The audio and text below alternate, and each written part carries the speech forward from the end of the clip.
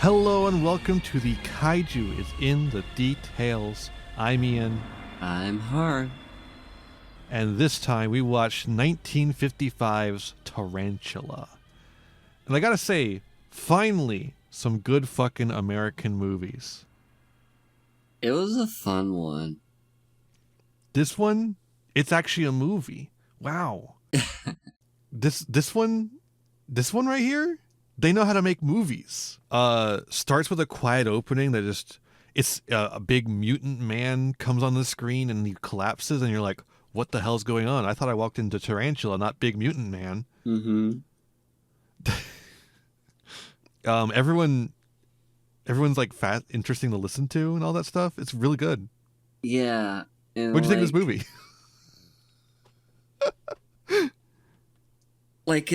It's well paced, which is, for me, that's kind of like the number one important thing when it comes to a movie. Because if it's not well paced, it'll either be so fast I can't really process the information as it comes to me, or it'll be so slow that I get bored and I'm looking at my phone the whole time.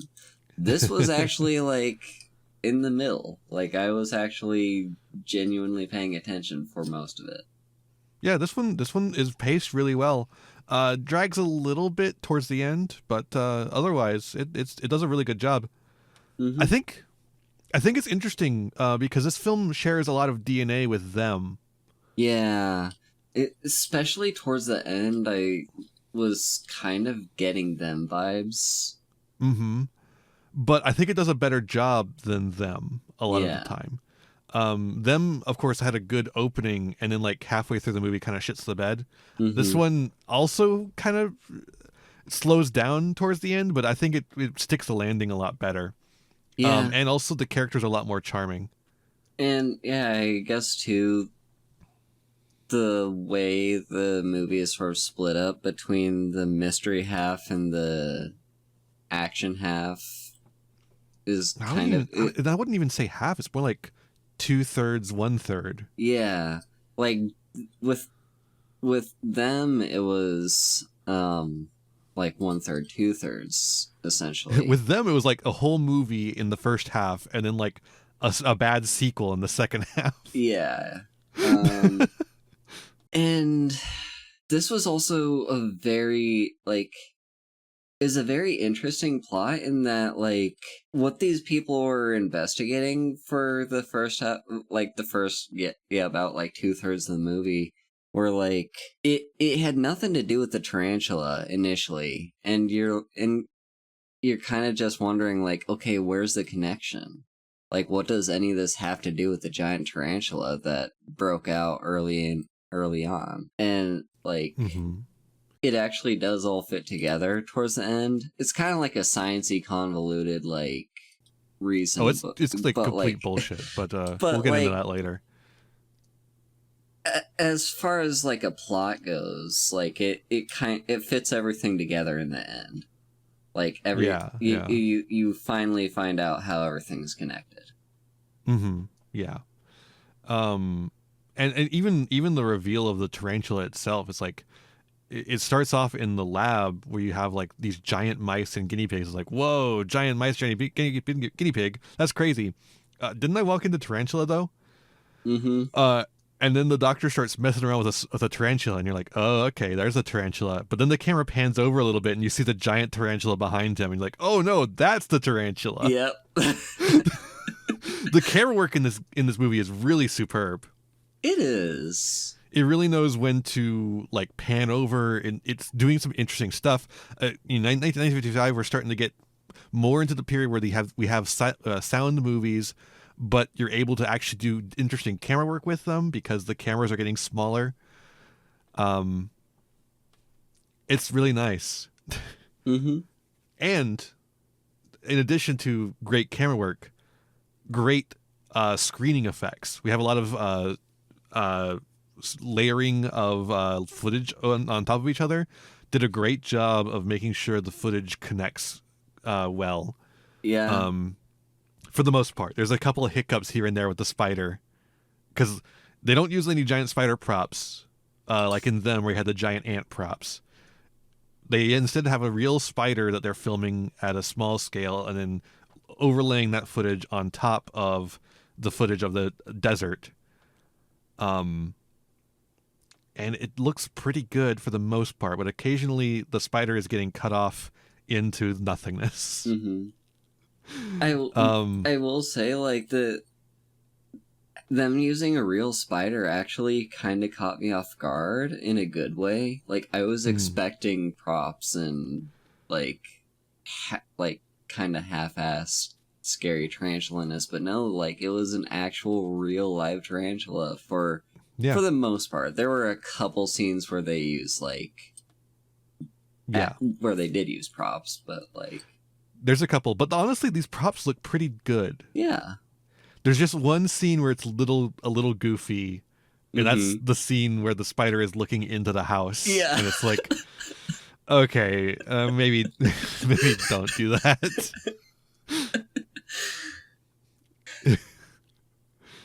It was prime riffing material. I'll give it that. Yeah. Hello, I'd like to come in, please. Like, that scene, it felt a little bit, I don't know, it felt kind of just like the movie was making fun of itself at that point, unintentionally, but just, it just didn't, I couldn't take that scene seriously. Yeah, that part was a little cheesy, but, that's fine. Yeah, the rest of the movie, really, really good effects. Even like, so they have these explosion scenes where they're exploding the spider. And they're having to overlay an explosion effect on top of the spider they're already overlaying over the desert effects. And it all lines up really well. So whoever was like working on that is really fucking good. Yeah.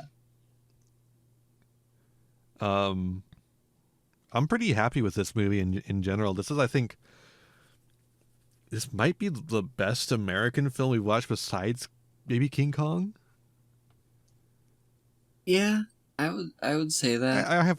I do have trouble putting it over King Kong. I think King Kong's cinematography puts it over the edge, but this film, I think the writing is better. Like, this is snappier, and granted, it's been a while since we watched King Kong. Yeah.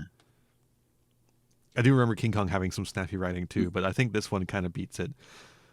But on the other hand, some of the snappy writing in this film can get a little on the corny side, particularly when it comes to the love interest.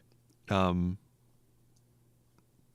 I do otherwise really like our main character. That doctor is very charming.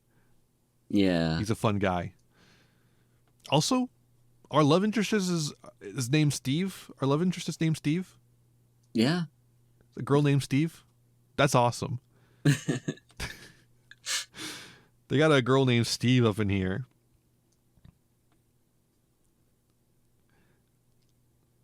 When she came, when the doctor realized that she was a scientist, he has this line that says, well, I knew what would happen eventually. You give women the vote, and what do you get? Lady scientists. Yeah. And I'm like, what does that mean?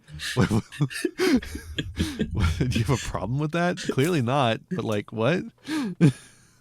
Yeah, like, despite her actually kind of being an awesome character, the movie can't help but be a little bit sexist.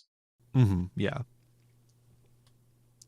You know what else is good? The facial prosthetics for the vitamin disease. Yeah.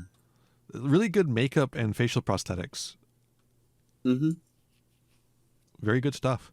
I think one weakness of the film, though, and this is like such a minor thing, is the sound effects. Yeah. The sound effects are a little goofy. The guinea pigs grunting, like, the giant guinea pig grunts. Yeah. The cars screech at every opportunity. Yeah. Oh, I'm lightly turning into some sand. Like, what? Yeah. Come on.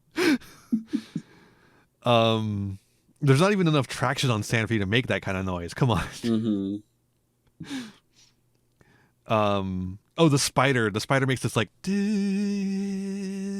kind of sound. Yeah, it's kind of like a chattering sort of... It's the same sound the ants make in Them. Yeah. That weird kind of whiny churl made by some sort of synthetic instrument.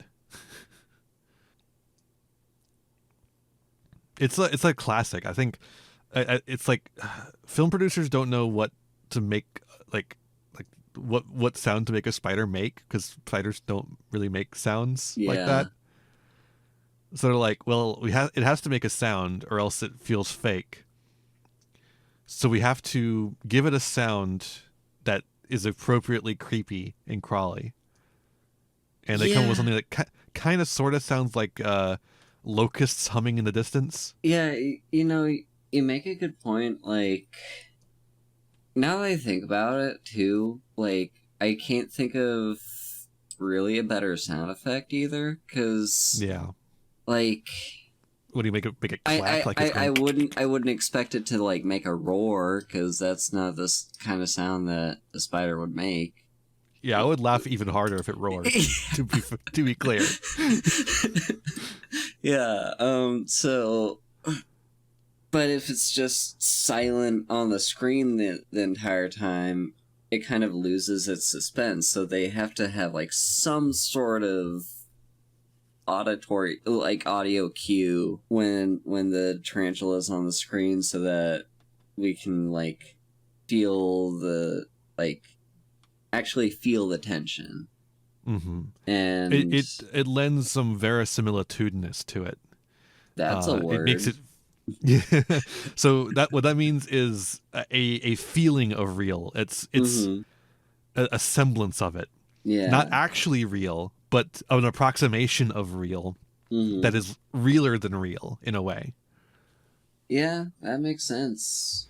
It's something that you have to approach when it comes to films, like when you make a silencer gun. Everyone knows that silencer guns don't actually sound like they do in the movies, but everyone knows what they sound like in the movies. And if they don't sound like that in the movies, you're going to be like, well, that doesn't sound right. Yeah, exactly. And so that's why spiders make that sound in movies. Mm-hmm. I think there's actually some later films we'll be watching. I think Giant Spider Invasion has a similar sound for their spiders. It's kind of a similar reason to why Star Wars has, like, you can hear sounds in space. Hear the sounds in space, because, like, if they wanted to go the realistic route, it wouldn't be as entertaining. If I remember correctly, the sounds of, like, the ships make when they shoot is just like hitting a pen on a bleacher. Huh. In Star Wars. Anyways, that's completely irrelevant to this movie. Yeah. You can make a very similar sound to it at the very least by hitting like a pen on a bleacher. On a bleacher seat, you know? Mm-hmm. Metal specifically. If it's concrete, it probably won't work. But yeah, that is definitely interesting. We will see some other approaches to spiders, because as you might imagine, spiders are going to be a big thing. Mm-hmm. I mean, like, spiders are probably, like, the most feared insect, I would say. Yeah. I mean, it's the only one that gets a fucking arachnophobia mode. They don't make arachnophobia modes for bees, right? Mm-hmm. Is it agoraphobia? I don't remember if that... Agoraphobia is the other one. No, it's... no. It's like... But it's a very similar name, and I always get it mixed up. It's like aborophobia or something like that. You would think a boar would be like trees, but apophobia. Okay, that's it. Yeah. That's me. I don't like bees. I've gotten better at it. Mm-hmm. But when I was a kid, God, if something flew by my ear, and it didn't have to be a bee, it could be like a fly. If I didn't know what it was, and it flew by my ear, it would literally, like, make me freeze. Like, I wasn't able to move. I mean, that's still me to this day. Like, I'm a little bit better about it than I used to be, but, like, even now as an adult who's almost in her 30s, it's like I just hear the buzzing right behind me or right next to me, and I'm just like, oh my god. I just cannot deal with that. See, my bad thing is heights. You get me on a tall enough building with a way to look down, and all of a sudden my knees stop working. Which makes me more scared, you might imagine. Yeah. Because all of a sudden my knees aren't working, and I'm on a high place where I could fall off. My knees don't work, so I'm more likely to fall off. But fucked up. Going back to arachnophobia though, like I used to have arachnophobia. I still kind of do, like, although now I guess it's a little bit less of a phobia and more of just like an aversion. Like I'm not actively afraid when I see a spider. Like when I was a kid, like when I was younger, even in my teens, I would like freak out if I saw a spider. But these days it's like I can kind of just vibe with spiders. Like and part of it is from experience, like learning that, oh yeah, no, like 99% of the spiders that I interact with are harmless and they just want to eat the bugs that are in my area, or they want to eat other spiders. Meanwhile, my experience with like buzzing insects has not been as like reassuring. So that'd be kind of an explanation for why for me, like, the buzzing insects still startled me. But yeah, I've never had arachnophobia, but I don't like being around them, if I'm being honest. Yeah, I kind of have a silent agreement with spiders of, as long as you don't invade my personal space, I will leave you be. I don't really like having any insects around me. Yeah, they're kind of very creepy. I don't like having things that could crawl on me, frankly. Get off of me. Stay off of me. I have sensitive skin, so it's just like, when they get on me, I feel it. It's awful. And so there's actually a documentary that I saw I loved as a kid. It was like a BBC documentary, Walking with Monsters. And it kind of tells like the prehistory of our evolution, like, on this planet. So it starts with like the earliest microscopic organisms, and moves onwards in evolution basically all the way up until the dinosaurs. And then there's another documentary that covers the dinosaurs, but it was such a fascinating documentary to watch. And at one point, about like, you know, I think it was like maybe a third of the way through, you get to the era of like giant insects and stuff. And the narrator makes an interesting point. Actually, I think the narrator makes this point a couple times throughout the movie. But it's kind of just like humans and the beings we evolved from have always had this sort of rivalry with insects and creepy crawlies.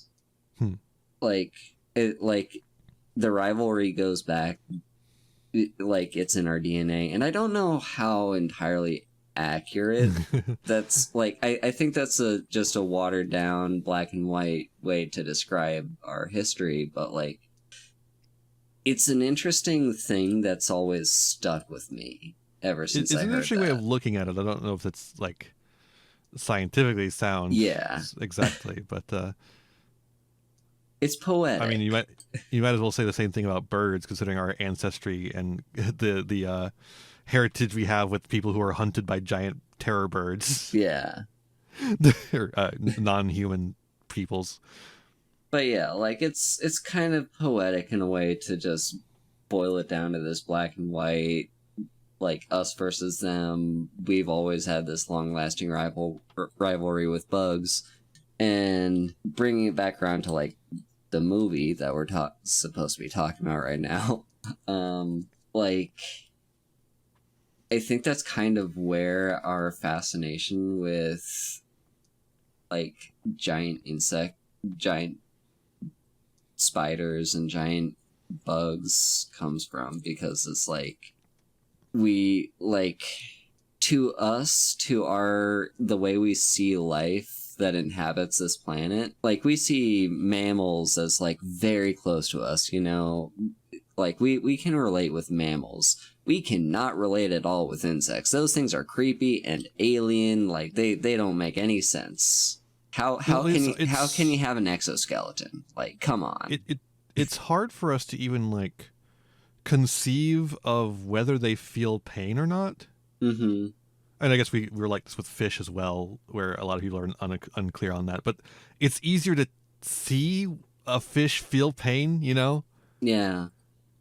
Insects are weird because they are essentially steam-powered robots. That's how exoskeletons work, is that they're powered by hydraulics. So these tiny little creatures are moving around these hardened body parts that they can't actually, like, get out of using hydraulics. Yeah. And it's like, what the fuck is that? Right? It's always been a thing that I just cannot wrap my head around. Like, what would it even be like to be living inside of an exoskeleton? Like, I can't even comprehend that. And that leads to not just fear, but also fascination. And I think that is where this movie lands. Mm-hmm. Unlike them, I think them, because both this movie and them have this padding sequence where they take nature documentary footage of their animal in question, their insect in question, and are like, well, here's all the scientific facts about this creature and how cool they could be as a dangerous monster. Mm-hmm. But the difference is the tone in which they talk about it, and the conclusion at the end, where them sees ants as nature's monsters, and inherently evil, even at small size.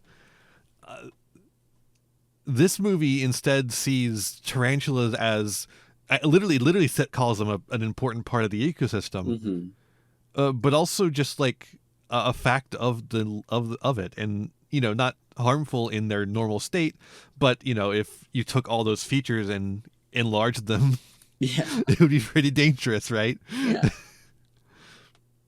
And like I don't have a lot of personal experience with tarantulas. I've occasionally seen them in like their cages, although they're not really cages, they're like tanks. Terrariums. Yeah, I occasionally see them like in zoos and pet stores or exotic pet stores. But like, so they do very much creep me out, and like I hate looking at and thinking about their mouth. Like that just creeps me the heck out. I would not let one crawl into my hand. No, I don't want to touch them. I'm not scared of them. I just don't want to touch them. I don't want one to even threaten to touch me. Like, but I'll happily watch them in their little tanks. With a pane of glass between me and one, I am fascinated by them. Like, I can watch them so much because just they're honestly kind of cute. Like, yeah, and they're chill. Like, tarantulas are dangerous predators to things that are smaller than them, but otherwise they're pretty damn chill. Yeah, and like, while I'll never allow one to crawl on me, I've seen people let tarantulas crawl on them, and like the tarantula is just fine. It's just chilling. It's just like, I'm just a furry friend. Yeah, tarantula bites couldn't even penetrate your skin. You're fine. They like their teeth are not long enough to penetrate human skin. Mm-hmm. At least most of them aren't. I'm pretty sure it's all of them. I could be confusing them with daddy long legs. I know for a fact daddy long legs can't penetrate your skin. Yeah. I have those things all over the place here in North Carolina. I think I'm actually not They're like sure. kind of a pest. And not like a huge pest. They're just like all over the damn place. But no tarantulas around here. Yeah. Like, Plenty of black widows, though. I think they could pierce your skin if they wanted to, because like tarantulas are pretty big, but like, yeah. Well, just because they're big doesn't mean that their teeth are big. Yeah. It's all dependent. I don't know though. I could be wrong. Either way, I know for a fact Daddy Longlegs can't. Like, those fuckers are harmless. Yeah, I think for tarantulas, it's less that they're physically unable to, and more that they just don't want to. Yeah, they don't tend to fuck with things bigger than them. Yeah. Like, they might if they feel particularly threatened, but like, and even then, like, you can tell when a tarantula is feeling threatened. Like, it puts its forelegs up and like makes itself look big. Yeah. So like, which it didn't really do in this movie. Enough. Which it was not threatened at all. Which in a way is probably kind of good, just because that means that they treated the tarantula well. Yeah, unlike the monkey that was screaming its head off. Yeah. when the scientist grabbed it. Yeah. Yeah, no, this tarantula, they pampered it and gave it all sorts of treats and called it a good I think girl. they probably just poked it to make it move. Yeah. Like, that's probably the most they did to it. Mm-hmm. Unlike the lizards in those previous films. Oh, God, yeah. But it's interesting though, because we've talked for a lot about the spider and where the spider stands in American, like, or I guess human minds, but like the spider really doesn't have a whole lot to do with the themes of the movie, right? Mm-hmm. This film could just not have a spider. Yeah, I don't know why it's just called Tarantula. The tarantula is like tertiary. It just is what the climax of the film is, I guess. Yeah, the consequences for the doctor's actions. It could have been a giant guinea pig that terrorized everyone. Like, or it could have just been the fucking disease that the doctor got. Yeah, like it could have turned him into a tarantula man. It didn't have to be a tarantula. They just kind of threw. It might have been like they decided before they even wrote the plot for the movie what they wanted the scary thing to be. That's very possible. And then they kind of wrote the plot around that. Especially since they went with a desert locale like them. Yeah. And tarantulas happen to be a big thing in the desert. Mm-hmm. Well, they're still pretty small, but you know what I mean. Yeah. So, yeah, that's probably... Honestly, now that I think about it, that is probably what they did, is they just decided, yeah, no, we're gonna do a big giant tarantula. Because, like, I mean, just look at the effects that they did with the overlaying the tarantula. I think they just kind of wanted to play with that. That's possible.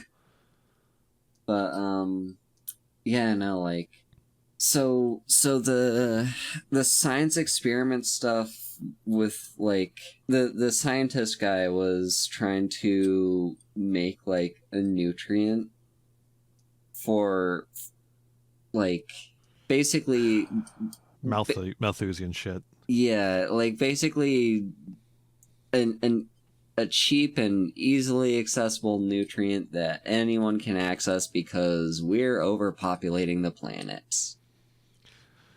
So I guess we got to talk about Malthusian ideology. We've done this before because we talked about this with the it came from beneath the sea, but the other one, the other ocean floor. It came from the ocean floor or something like that. Yeah. Monster from the ocean floor, something around that. Mm-hmm. The big amoeba, the big atomic amoeba. Yeah. They talked about that there too, because they were like trying to do underwater agriculture to grow more food. Mm-hmm. Which is very stupid still. And this one, at least, is based on the vitamin ideas. Now, vitamins were a really big thing around this time period. Vitamins, they'd only been recently discovered, like in the 30s, I want to say. And they're actually a huge part of World War II, because Hitler kept getting injected with vitamin shots to get him ready for his speeches and shit. That also was full of like cocaine, like fucking amphetamines, you know. And also, speaking of World War II, wasn't that around where the rumor of, or where the myth of like carrots being good for your eyesight came from? Because like the vitamins and like it's all this vitamin science that's happening. We don't really like at this point in time. We don't really know what the limits of vitamins are, but we know that they are good for us, and we need to have a certain amount of them. We're just like not certain on like we don't know the limitations of that yet, and as we've now learned, that the limits are pretty heavy. Like you only need a certain amount. You don't like getting more of them isn't going to turn you into a super soldier. But here we have it being used to its sci-fi potential, with this unbridled look at what vitamins could be, and it's trying to kind of make a Soylent, and not in the Soylent Green kind of way, but in the modern day like Soylent nutrient supplement kind of way, like trying to do that, but as a shot instead of because at this point vitamins were typically delivered through shots. They didn't have their Flintstone vitamins yet. Yeah, because the Flintstones hadn't been invented yet, so they had to wait for the Flintstones to be invented.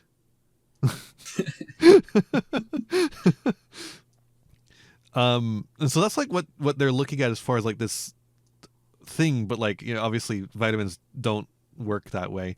But it's an attempt to solve overpopulation, not as a way to like, not solving overpopulation, but solving the food crisis of the overpopulation. And his like his estimates were like really funny, right? He was saying like by 2000 there'll be 3 billion people. Yeah, wow. It was like, how will we feed all 3 billion people? I kind of had to do a double take there, like, wait, or like, huh? And again, this is like, this is the 50s, so they didn't know what the 2000s were gonna be like, but like, oh my god, he was way off. Yeah. It's pretty crazy. I mean, if they were afraid of like of 3 billion being overpopulation, wait until they found out how many people we actually made. Like, also, like, this is post Haber process, right? We have the Haber process. You don't gotta worry about food no more. We've got all the fucking fertilizer we could possibly need. It's crazy to me. It's crazy. Like, we have enough food on the planet right now to feed every single person on it, just not the means by which to do so, because of the economic system that we find ourselves in. Like, the food exists. The food exists. It's just hard to get the food to the people that need the food. Well, and it's hard to get it there because of the economic constraints that we have put upon ourselves. Yeah. He talks about starvation being a disease, hunger being a disease. But the real disease is not hunger or starvation. That is just a symptom of the disease. The disease is capitalism. Yeah. If food didn't cost money, or if if we had the means to get food from where it's made to the people that need it without needing to worry about like financing or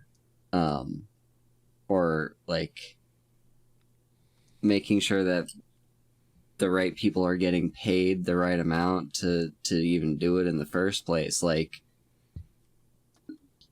it wouldn't even be a problem. Elon Musk alone has enough money to end world hunger forever, and he does not do it. He didn't the whole thing go down where basically like he said, hey, like if you can give me a plan for what I need to spend my money on to solve world hunger, I'll do it. And then like some organization, I can't remember who. I think it was the WHO, actually, if I remember correctly. Yeah. Okay. I think it was the World Health Organization. They crunched the numbers and looked at all the data and they're like, okay, here's where the money needs to go, and this is how much money needs to go there. And then it was not even like, it was just a fraction of his current wealth. Yeah, and then he just didn't do it. He just didn't do it. He just didn't do it because he doesn't want to. Like, if you need a more cartoonish villain, then I could feed the entire world and solve world hunger, but I won't. I mean, like, that's the thing, is he's a literal Captain Planet villain. he's the fucking hog man putting trash in the ocean. Just for kicks. Yep. This guy doesn't care what happens to this planet because he's going to escape to another one. Or at least he's going to ship people out there to do his work for him. Yep. But yeah, this the thing of it though is that that's not a huge part of the movie. Mm-hmm. much like last time when it came down to the creature from under the sea or whatever the fuck. Mm-hmm. It's just like a catalyst by which we can see that we have a scientist who means well but has unintended consequences for his actions. Yeah. Like, we have... It gives us a scientist who is trying to solve a problem, and that is why that's why they do the things that they do that leads to the problems that make the movie have a plot. Also, like, so the vitamin is making the tarantula grow, right? When is the tarantula shedding its skin? Good point. Tarantulas can't grow like that. Their exoskeleton is hard. It doesn't grow. It needs to be shed so they can make a new one. How the fuck can it keep up with the rapid rate of growth? Yeah, good point. Ding! Jesus. Did they... Surely they knew about that in the 1950s. Oh, they probably did. They just didn't want to acknowledge it for the sake of the movie. Yeah. Like, surely the tarantula handler that gave them the tarantula to use for the movie would have been like, yeah, no, it sheds its skin. Yeah. I like to imagine there's like 100 different skin husks of the tarantula in the desert, just out there of varying sizes. Probably some people just coming to visit for, vacation. Just they come across like a medium-sized one, and then a bigger one, and then a bigger one, and then they're like, what the fuck is going on here? So someone in the distance sees the giant spider husk like shedding and is like, oh god, the spider's back. Until it like blows over. Oh my god, yeah. The wind just blows it on that side. Oh, okay. Hey Haru, you want to hear some notable quotables from this movie? Yeah. So when our friendly doctor man, what is his name? I never actually caught his name. I caught it once and then I forgot it. Was it Will? Oh, I can't remember his name. I think it was Will. I Will remember right? 2 names from this movie, Steve and Josh. Yeah. Matt. His name is Matt. John Agar. Who? This guy is really charming. What has he done? Starring alongside John Wayne in Sands of Iwo Jima, Fort Apache, She Wore a Yellow Ribbon. Oh, he's in The Mole People? Oh, hell yeah. He was the first husband of Shirley Temple? Huh. Okay. Interesting. Not a lot of movies that I recognize. There's a couple in the B movie section. It's like, oh, okay. Oh, he was in Revenge of the Creature. Okay. Oh no, he was in Revenge of the Creature? Gross. Okay, he's been in some stinkers then. Ooh, boy.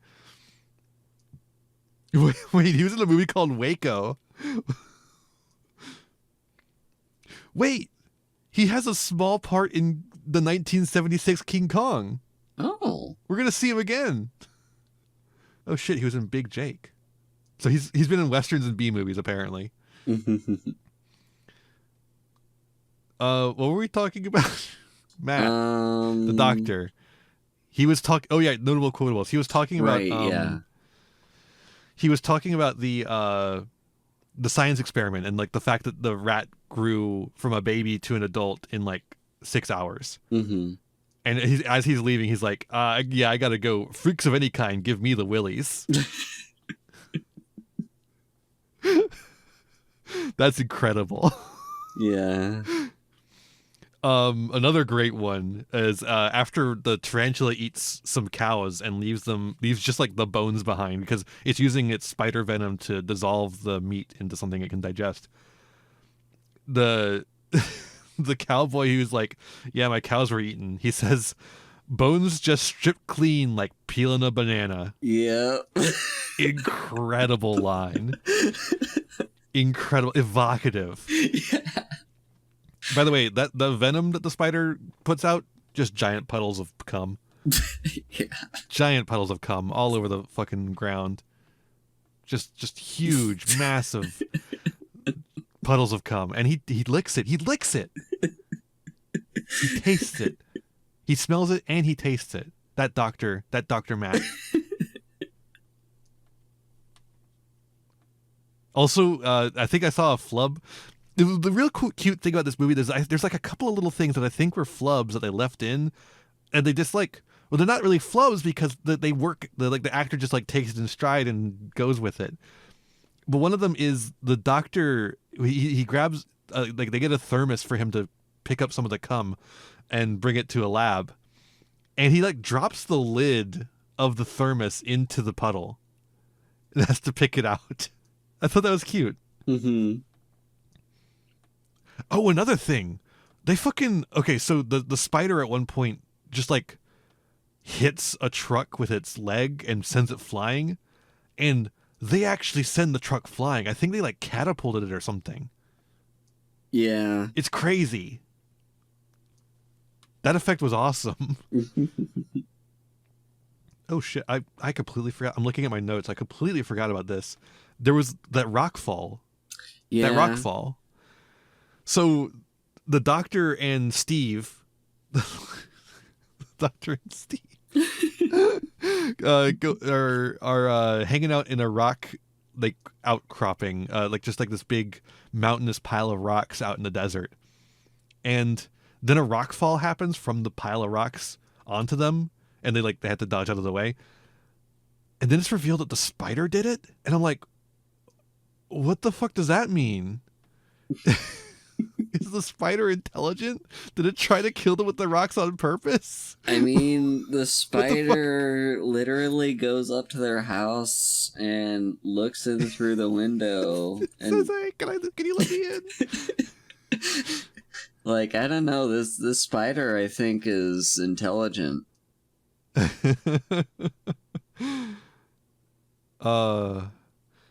Oh, there's one more part where they use a big puppet of the spider, and that's the scene where they burn it. Yeah. So the ending of this movie, I guess we really need to talk about this because the ending is kind of the worst part of the movie. It ends very abruptly. They kind of, like... They wrote themselves into a corner, I think.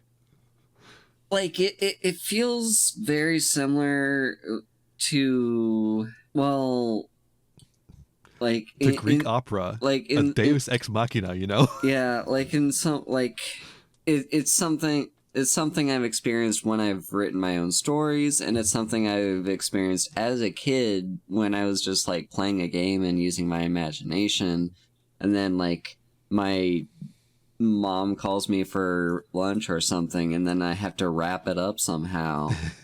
Like it really feels like they wrote out the like 80% of the movie well paced, and then they finally get to the point that they were leading up to, and then they don't even have time to finish it, so they have to kind of like throw things at the spider until it dies. They're like, okay, here, and then we're gonna do this thing, and then they're like, wait, we hit the hour 20-minute mark, we gotta wrap it up. Yeah. Okay, so then the dynamite doesn't work, but then the Air Force comes in and goes, bah, bah, bah, bah, bah, bah, bah, bah, bah, and it's dead. Yeah. Yeah, basically. And it's just like they line up the dynamite, and the spider keeps coming through it, and it boom, and it explodes. They do that cool layering effect I mentioned earlier. You can see the spider still moving beyond the smoke, though, so there's no tension with that at all. Mm-hmm. Like they try to make it be like, well, did it work? Did it work? But you can see the spider's legs still moving, like going and walking towards you. Like it doesn't work. Anyways, the spider just keeps coming towards the town, and it almost gets there, but then the Air Force comes in, and they drop a bunch of bombs on it, but the bombs don't work, and then they drop a bunch of napalm on it, and then it dies. Yeah. And they burn a giant spider puppet. Don't worry, folks, they did not burn the real spider. They burnt a giant spider puppet instead. It also kind of, like, I kind of wonder what the thought process is for, like, why... Realistically, why would they escalate that way? Like, okay, the dynamite didn't work, so now let's try the rockets. But we're also gonna have napalm as a backup just in case. Why not just use the napalm? Like, yeah. if you're gonna go that far, like, I mean, maybe they were worried about accidentally napalming the town? I don't know. Napalm's pretty bad for the place you put the napalm on. Not Agent Orange bad, but still pretty bad. Yeah. Speaking of napalm, though, napalm's also a fairly recent invention in this time period. Like, napalm was developed during World War II. The main problem with it, and why it didn't really see much use in World War II, is that there's not a really good delivery mechanism at that point. They had to develop that later. And so this is during the Korean War, I believe. Where it would have been seeing some amount of use. And this is like, we're in the middle of the desert, so we're around, Area 51, which, as everyone should know, it's not where aliens were done, but it was where a lot of secret airbase testing was. So there are a lot of air bases out there in that flat desert landscape. And that part was publicly known, not the secret weapons testing part, but and so it does kind of like all come together in a neat little bow, but like, man, it doesn't really do the movie any service. Yeah. Our protagonists don't have anything to do with saving the day or stopping the threat in any way. They just have to watch while it happens. Yeah, they, like, even when they were setting up the dynamite, like they just kind of came there to watch. They didn't do any of the setting up. No. Don't worry. Our Dr. Matt was there, rolling out the fucking line for the dynamite for some reason. I don't know what training he has in dynamite, but he was out there with them.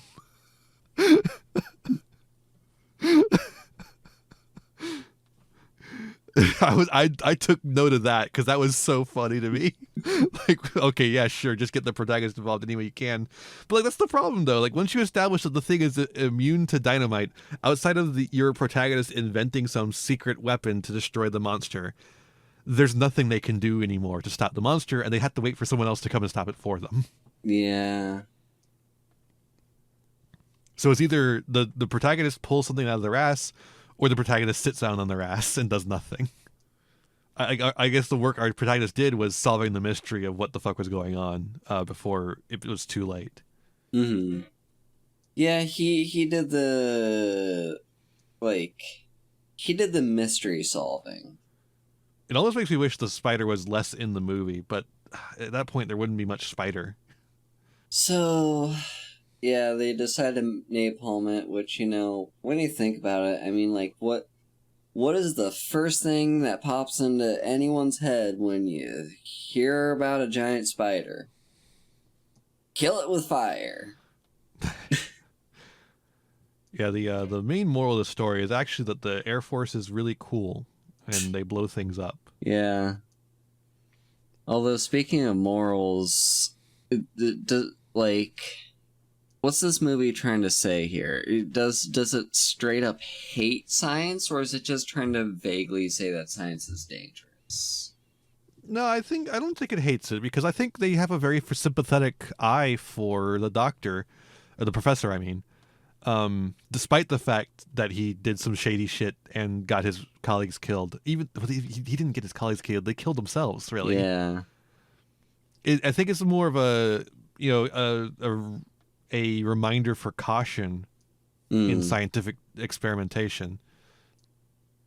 Yeah, I see. And I also can see probably don't cover up shit. Yeah. That kind of leads to bad shit. That's Tarantula. Yeah. That's Tarantula. It's a fun movie.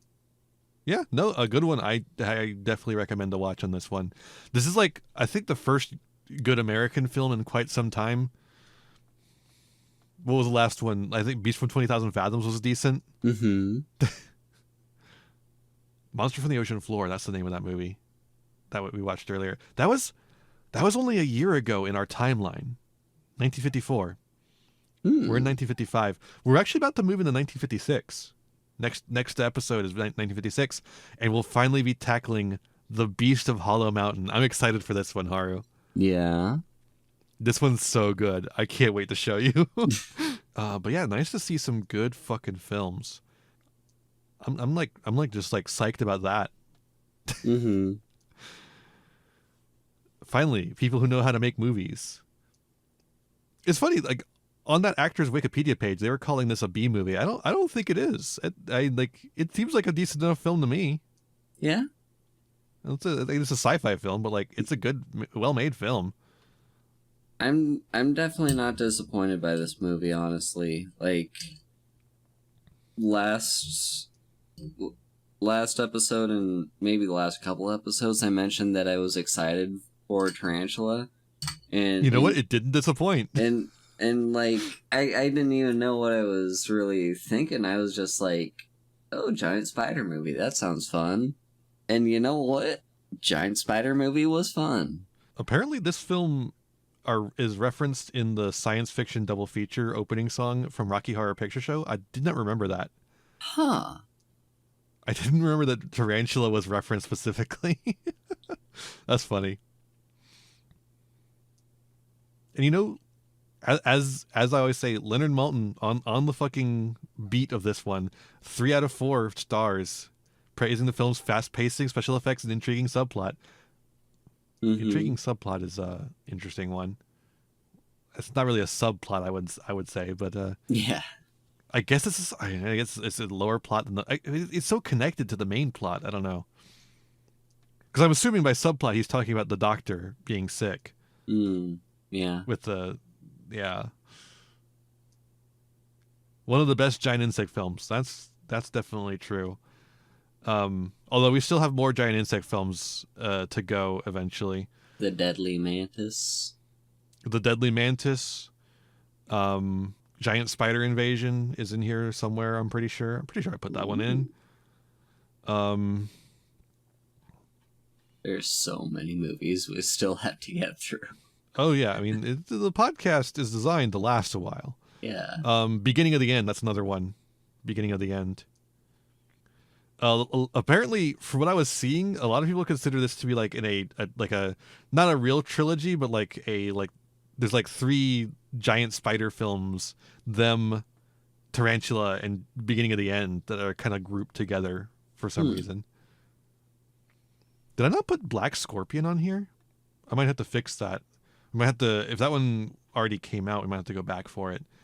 Because Black Scorpion's another giant insect film. 1957. Okay, perfect. We can slot it in there. We haven't gotten to 1957 yet. We're about to go into 1956, as you remember. So yeah, I can slot that one in because that one has some giant scorpions. But yeah. Anything else about this film, Haru? I don't think so. I think we've pretty much talked about all I'd want to talk about. Oh, there is one last thing. Just just a brief mention of what you brought up when we were watching it, when for whatever reason they decided to switch cars when they were running away from the tarantula. Yeah, that was stupid. The professor, or not the professor, sorry, the doctor and Steve are in a car running away from the house that the tarantula destroyed, heading towards town. They meet up with the sheriffs who are there, and apparently brought machine guns with them, just like the sheriff in them. Now that I think about it, just like has a machine gun in the back of his car for no reason. And they're like, they get out of the car to tell the sheriffs about the tarantula and to tell them to kill it or run away. But then like they don't get back in their car. They get in the cop car instead and drive away, and the two of the cops with machine guns stay around, and then they try to use that car and it stalls out. And it wasn't just on a whim either. Like, the cops specifically told them, get in the cop car. Hey, are the keys in your ignition? Like, I don't know. They didn't want to spend time turning around their car, but then they did turn around their car to drive away, but I don't know. Yeah, I don't know the logic. Maybe it's because they wanted to drive the convertible so that they could shoot out the roof. Maybe. I don't know. I guess that makes sense. You know, that makes more sense than anything else we've posited. Also, speaking of more giant insects, we will be seeing some in the Godzilla franchise as well. Mm-hmm. I figured I should mention that because, we're talking about giant insects, and we're a kaiju podcast, and Godzilla's like our big thing, of course. We're going to get Kamunga, which is a giant spider, and Kamacuras, which is a giant praying mantis. They both show up in the same film, and it's a long way away from now. It's in the 70s, so we don't need to worry about it for a while. Mm-hmm. Actually, that one might be in the 60s instead of the 70s. Hold up. Oh yeah, we also get a giant lobster at some point. 69, right on the cusp. Nice. Ooh, December 20th. That's close to the moon landing, wasn't it? Oh wait, no, sorry. They show up first in Son of Godzilla, so it'll be 67. And then they'll show up again in Godzilla's Revenge. But so do a lot of monsters, because Godzilla's Revenge has a lot of clips from older movies. We'll get to that when we get to that. God, look at how much, once we get to the 60s, it's just like Japan. They start churning them out.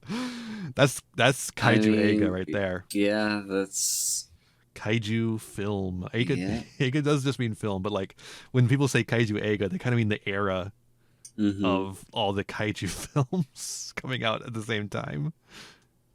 I'm excited for Ultraman. Yeah, I mean, Ultraman starts as a TV show, so I don't know what the movie is going to have going on in it. But, I guess we'll find out. I don't know if I've mentioned this before, but I have a sort of nostalgia for Ultraman. In, like, when I was in Japan, I used to have, like, a bunch of Ultraman action figures that I would play with. And there was like a brand new Ultraman movie that had just released, and I remember going to rent it and watch it with my dad, and like, I don't know, it's just a nostalgic thing for me. I don't even remember the plot of the movie or what any of it had. Like, I don't know. I guess we'll see when when we eventually run into that one. Which one you remember? Those Ultraman vinyl figures. That's the thing. So, what Haru's talking about, I'm assuming, are vinyl figures. I think so. Fairly limited articulation, hollow inside, plastic. Yep. Yeah, so those are vinyl figures. They're super popular in Japan, not so much over here. But they made a lot for Godzilla as well. I collected those as a kid, so my childhood toys were also vinyl figures, but they are the Godzilla variety. And those things, kind of hard to get over here sometimes. They're a lot more expensive than they are in Japan.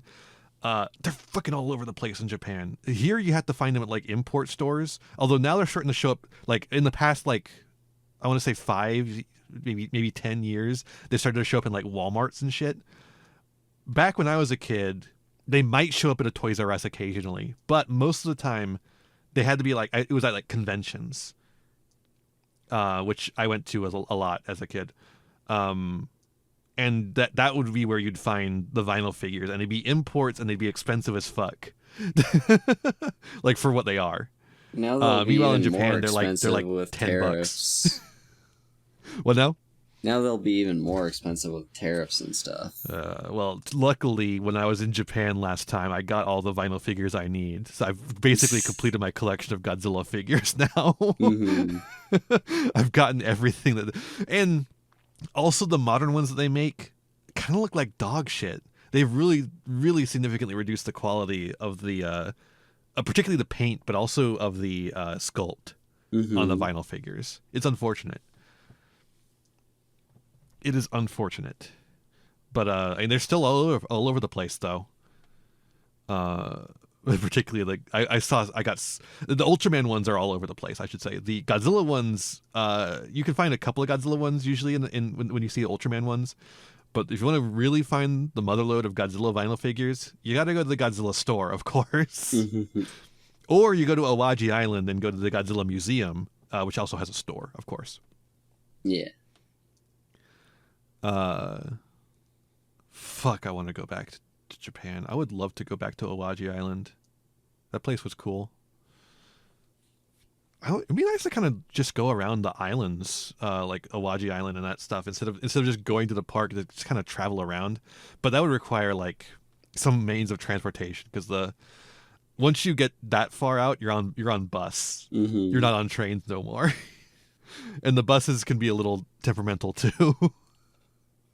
whether you have them or not.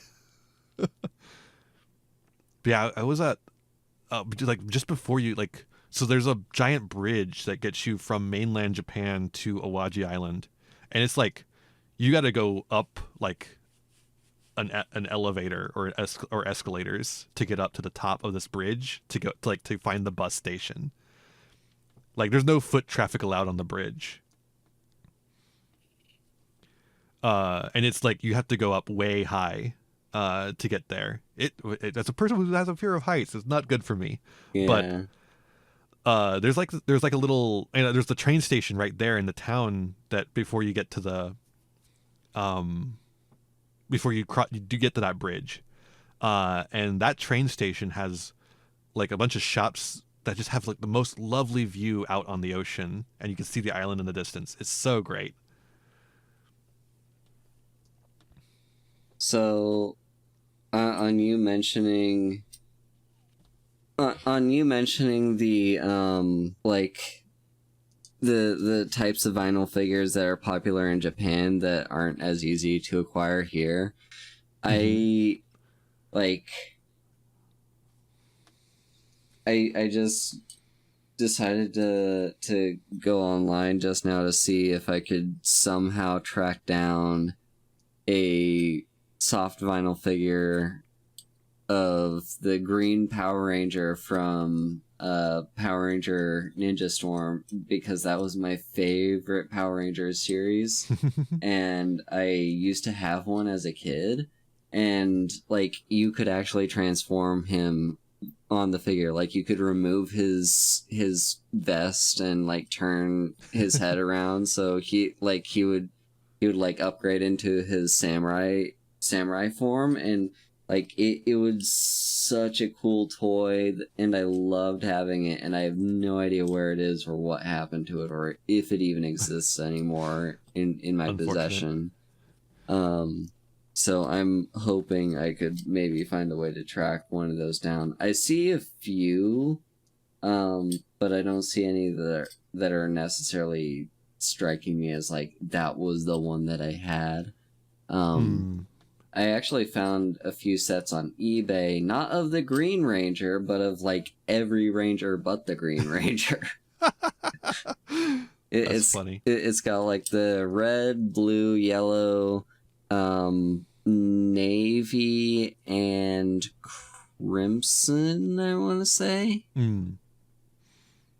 I've got all of my vinyl Godzilla figures in a box, except for the ones I got from Japan. They're still in a bag.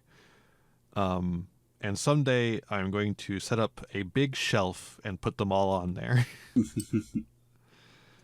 The ones I had as a kid are a little bit battle damaged. They got some paint issues, but still, I think that'd be the best way to handle them.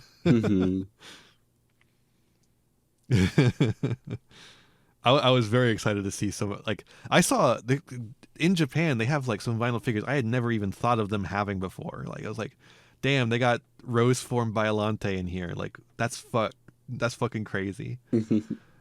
I was very excited about all that. It was awesome. Oh my god! You can get you can get the actual Megazord of the Ninja Storm Power Rangers on eBay, and it's like it's like over $100. I have a big crappy plastic Dragon Zord. It's like almost a foot tall, and it has like it has like slots for like little darts to shoot out. I think it was remote controlled at some point. Like, I think it's supposed to be remote controlled. I don't have the remote though. It was I found it in a Goodwill. Anyway, I think we're a bit sidetracked. Yeah, I mean, we're still on topic of tokusatsu. This wasn't even a tokusatsu episode. This one's American sci-fi. There's giant monsters in there somewhere. Yeah. Well, thank you so much for listening. You can find us at ThemPodIan or on any podcast app of your choosing. We really appreciate you giving us a listen and, of course, giving us ratings or sharing us around with your friends. It's the way podcasts grow. Haru, where can people find you? I am Haru Hayes. I stream on Twitch occasionally. I at least try to make a point of doing that at least once a week. I'm on Blue Sky, where I will sometimes try to be active on there. You can find me on Blue Sky at haru.vspire.live. And that's basically it. I'm also on Discord. And I am Thempire Ian, which you can find on all websites. Just type Thempire Ian into the search bar and you'll probably find me. You can of course find my YouTube channel Thempire Ian, Tomb of Thempire Ian for my secondary channel where VODs and Let's Plays go, and then of course Thempod Ian where you can find this very podcast. Haru, are you ready to say goodbye to the tarantula? I'm ready. Sayonara, tarantula. Sayonara, tarantula. They really should have given that guy a name. Maybe like Ted? Ted the tarantula?